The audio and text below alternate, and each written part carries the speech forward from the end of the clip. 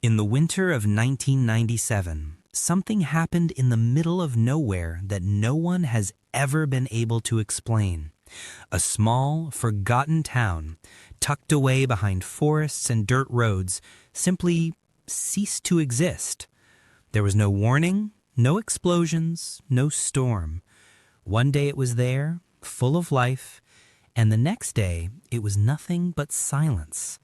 Hundreds of people, men, women, children, gone without a trace.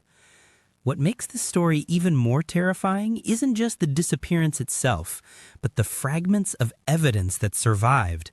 Muffled phone calls to emergency lines, static-filled radio transmissions, pilots reporting flashes of red light where the town should have been. Every shred of evidence points to something far stranger than a simple accident, something that doesn't belong in our world. So the question is, what really happened here? And more importantly, could it happen again? Tonight we're going to step into the shadows of one of the most disturbing mysteries ever recorded. But be warned, once you hear the details, you'll never look at quiet small towns the same way again. Before we dive deeper into this chilling mystery, make sure to hit that like button, subscribe, and turn on the notification bell so you don't miss the nightmares waiting just around the corner. It was the kind of place you'd miss if you blinked while driving. A nameless little town, tucked between endless stretches of farmland and thick pine woods. A few hundred residents lived there, families who'd been rooted for generations. Wooden houses lined the cracked main road, their paint peeling under the weather. A single gas station, a small church, and one diner where everyone knew each other by name. Life here was painfully ordinary. Every morning, kids rode their bikes to school, their laughter echoing through the quiet streets. Old men gathered outside the diner, sipping coffee and complaining about the weather. By sunset, the town seemed to fold into silence, as if it disappeared into itself every night. But beneath this picture of calm, something was wrong. Neighbors began whispering about strange incidents no one could quite explain. Street lights flickered wildly, plunging entire blocks into darkness for minutes at a time. Radios picked up voices in the static, low, whispering tones that sometimes said names, the names of people who actually lived in town.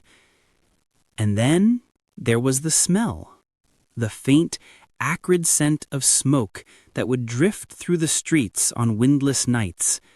Some swore it seeped out of the ground itself, curling between floorboards and windowsills. But when fire crews searched, they found nothing. No flames, no sparks, not even warm ash. Just a lingering smell that clung to your clothes long after you left. And yet, despite these warnings, no one left. Because sometimes the most ordinary places are the ones hiding the darkest secrets. Then the phone calls started. At first, they trickled in, scattered, uneasy voices late at night, residents dialing the sheriff's office with complaints that sounded strange. One man insisted he had seen figures moving in the tree line, tall shadows that didn't move like animals. Another caller whispered that she had heard screaming, long, drawn-out cries that seemed to echo across the fields. But when she stepped outside, the streets were empty. Some of these callers didn't even sound fully awake. Their words were slurred, broken, like they were speaking in a dream. One officer later admitted he thought the whole town had gone crazy at once. But then came the call that froze everyone. A woman's voice, trembling, almost hysterical. She said, "The ground is breathing. The ground is breathing under my feet. It's alive." Before the dispatcher could respond, the line went dead. At first, police shrugged it off. Maybe people had been drinking. Maybe it was nothing more than overactive imaginations in a boring small town. But soon, the pattern grew darker. Entire families began leaving their front doors unlocked. Dinner plates sat half-eaten on kitchen tables, clothes still warm from the dryer. It looked as though they had stepped outside for just a moment and never came back. And that's when the sheriff realized this wasn't just paranoia. Something was happening to the town. Deputy Alan Masani was one of the first officers dispatched after the calls turned frantic. He knew those roads well, long stretches of dirt cutting through dense pine woods, a path he had driven dozens of times. But that night felt different. As his cruiser rolled forward, the trees seemed to press closer around him. The headlights carved narrow beams of light through the dark, and every shadow looked like it was moving. Alan reached for his radio, checking in with dispatch, only to hear static, not the normal kind, but a deep throbbing hum that made his teeth ache. A few minutes later, his engine coughed once, then died completely. The car coasted to a stop on the dirt road, surrounded by silence so thick it almost rang in his ears. The only sound was his own breathing. He stepped out, boots crunching on the frozen ground, but instead of cold winter air, he was hit with a suffocating wave of heat, like standing too close to a furnace. It didn't make sense. Snow still clung to the trees, but the air felt heavy, scorching, and alive. And that's when he saw it. At the end of the road, where the town should have been, something unnatural was moving. A wall of haze, thick and black, rolling and folding over itself like storm clouds. It wasn't drifting with the wind. It pulsed as if it was breathing. Every few seconds, faint shapes seemed to ripple through it, tall figures that vanished when he blinked. Alan gripped his flashlight, but the beam barely cut through the haze. No flames, no smoke from a fire, just a living, writhing fog stretching over the town like a predator waiting to strike. And in that moment, Alan understood whatever was happening in that town, it wasn't something he could fight with a gun or a badge. Back inside the town, panic had already taken hold. Dispatchers at the county emergency center were overwhelmed. Lines lit up one after another, each voice more frantic than the last. One call captured a woman shrieking, her voice breaking. "The fire! It's in the street! It's crawling up the walls! Please, please send someone!" The sound of shattering glass cut through the line, followed by a scream that ended so suddenly it felt like someone had pressed mute. Another call came from a man gasping for breath. "It's everywhere," he shouted. "The flames, they're not flames. They're moving like water. There's nowhere left to run." And then silence. The line went dead. But not all the recordings were of people. Several dispatch tapes captured something deeper, something not human. A low rumbling growl that vibrated through the speakers. Investigators later swore there were no wild animals in that area. Yet whatever was on those recordings sounded far too close. For nearly an hour, calls came in one after another, each one more desperate, more chaotic. Then, without warning, everything stopped. The phones went silent. Not a single call after 11:57 p.m. It was as if the entire town had been cut off from the world in one heartbeat. And while the phones went dead, pilots flying overhead reported something terrifying. At exactly midnight, a brilliant red flash erupted from the center of the town, lighting up the clouds from below. Some described it like a flare, others like an explosion. But there was no sound, no smoke trail, just a sudden burst of crimson light, and then absolute darkness. The town had gone silent, and no one who was. It took 2 full days before authorities dared to cross the boundary where the haze had been. For 48 hours, no one could get close. The air was too hot, the fog too thick, and every piece of equipment sent into the area failed within minutes. But when the barrier finally lifted, what they found was worse than anyone imagined. The town wasn't there, not destroyed, not burned down, gone. The streets that once wound between houses now ended abruptly in scorched dirt, as if the road itself had been sliced off. Where homes once stood, where kitchens held half-eaten dinners and children's toys cluttered the yards, there was only flat, blackened earth. No rubble, no collapsed walls. Even the concrete foundations had been erased. The diner was gone. The church was gone. The gas station, the school, the rows of houses, everything had been wiped clean, as though the town had never been built at all. Search teams combed the site for days, desperate to find something, anything, a scrap of wood, a shard of glass, a single human bone. But there was nothing.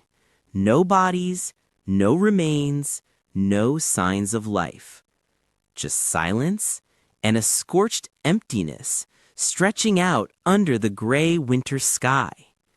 It was as if the earth had swallowed the town whole, as if every trace of it, every memory, every life had been deliberately erased. And the most chilling part? Animals refused to go near the area. Birds would change course mid-flight, avoiding the land entirely. Dogs dragged by search teams howled and clawed at the dirt rather than step forward. Whatever happened there had left a scar that the world itself didn't want to touch. So what really happened to that little town? That question has haunted investigators, scientists, and locals for decades. The official reports were thin, almost suspiciously thin. Some scientists floated the idea of an underground gas explosion, a sudden eruption that could have incinerated the town in seconds. But there was one problem. There was no crater, no blast pattern, no scientific evidence at all. Nothing to support the idea that such an explosion had ever taken place. Others whispered about government experiments. Maybe the town had been chosen as a testing ground for a new weapon, something designed to erase, not destroy. A technology meant to wipe an area clean without leaving debris. It sounds impossible, but then again, so does an entire town vanishing without a trace. But the locals, the ones who lived in the neighboring counties, tell a darker story. They don't believe it was science, or an accident, or even a cover-up. They believe the town was swallowed by something not of this world. Some say a portal opened beneath the earth, a doorway to somewhere else, and the entire town was pulled through.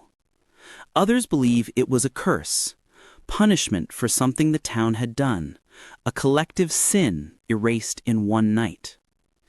And then there are those who whisper about the black fog itself, insisting it wasn't natural at all, but alive, hunting. The strangest accounts come from the families of the missing. To this day, many of them claim they still dream of their loved ones. They hear voices calling from the darkness, familiar voices, pleading with them not to come looking. "Stay away," they whisper. "Don't follow us." And perhaps the most chilling part, more than one family reported hearing those same words, awake, in their own homes, as if the missing were still reaching out from somewhere we were never meant to see. The town doesn't exist on any modern map. Search the county records, flip through satellite images, ask the state archive. Officially, there's nothing. Where there should be streets, houses, a schoolyard, There's only undisturbed land, a patch of earth that refuses to keep a shape. It's as if someone opened a page in a book and carefully tore that chapter out, then smoothed the paper so no one would notice it was missing. And yet, the story won't stay buried. Farmers who drive those back roads at dawn talk about strange things. A single porch light that comes on for a second behind a stand of trees, then goes dark. The hint of a radio playing a children's song when there should be dead silence. The sense at the edge of hearing, someone calling a name no one else remembers. Hikers swear they followed a gravel path only to find it end in nothing, as if the road itself was reluctant to let them see where it goes. One retired deputy of the neighboring county told a reporter off the record that sometimes, on clear nights, he can swear he sees the shimmer of a street sign reflecting moonlight, a sign he knows is not there. The official silence that followed has only fueled the mystery. Investigators who once combed those fields left with more questions than answers. Journals and notebooks were filed away, then redacted. Some of the search reports are thin, almost perfunctory, as if the people writing them were trying to convince themselves the normal rules still apply. Telephone records remain incomplete. Footnotes in old memos trail off. The absences are as loud as the unanswered calls. Families of the missing live with a kind of double absence, the hole where their loved ones once were, and the echo that keeps returning. A voicemail with static and a single broken sentence. A dream so vivid they wake convinced it happened. A knock at the door at 3 a.m. that leaves only cold air on the doorstep. They say the world remembers differently when something like this occurs. Video from a handheld camera, a shaky shot taken from the tree line months later, shows more than dust, a pattern in the air, a ripple, like heat above asphalt, that warps the light and makes the distance behind it seem wrong. So what do you do with a place that refuses to be explained? You carry it in your questions. You drive the lonely roads. You chart the blank spots on the maps that everyone else accepts. And you listen, because sometimes the smallest sound is the first sign that whatever took the town was not finished taking answers. If your town began to vanish overnight, would you stay and insist on the truth, no matter the cost? Or would you get in the car and go, hoping distance keeps you safe? Before we dive deeper into this chilling mystery, make sure to hit that like button, subscribe, and turn on the notification bell so you don't miss the nightmares waiting just around the corner.